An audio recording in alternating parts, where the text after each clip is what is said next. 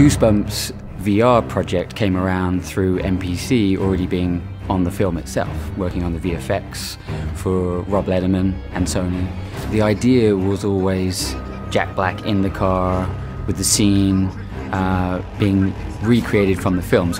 What was really coming up first was how would you approach putting Jack inside this 3D environment. The first thought was to maybe put a GoPro camera rig in the car in the correct position, but we decided we'd go the other way and we'd treat Jack Black as an element, that as a slice that we put inside of a 3D environment. But it meant that we couldn't break frame, we couldn't have his arms stretching out, and so there were some technicalities.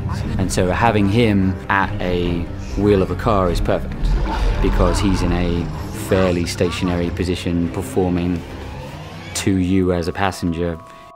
One of the challenges of shooting Jack inside that car is feeling like you're sitting next to him.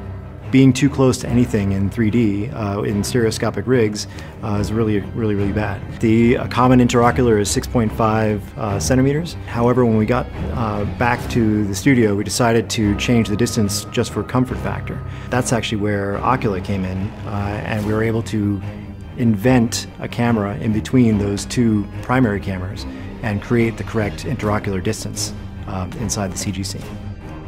Lighting's another part of this in terms of using the CG previs that we had on LED screens around the real car that we had Jack in so that he had something to perform with.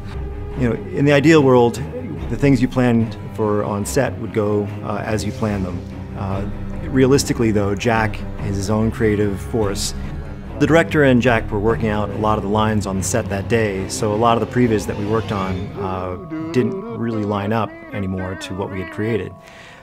We had to react and make our piece fit into what they were saying, and I think using that, we used our CG version of Jack Black to run through our lighting scene, and inside of NUKE, we were able to light him and add that element back into comp to make him feel like he's more integrated in the scene.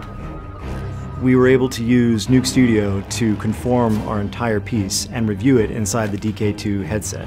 I think it was instrumental for being able to see what we were actually working on. The round trip to send something to the Gear VR and review it was too long, and actually being able to see that inside of the DK2 on NUKE Studio was essential. What's really exciting about the tools that I see coming from the Foundry is CARA's taken tools that are typically very complex and made them much simpler and much faster. We're creating VR because it's a medium shift. It's as simple as that. It's a door opener for new content, a new wave of content. So I don't know why we wouldn't want to be involved in that.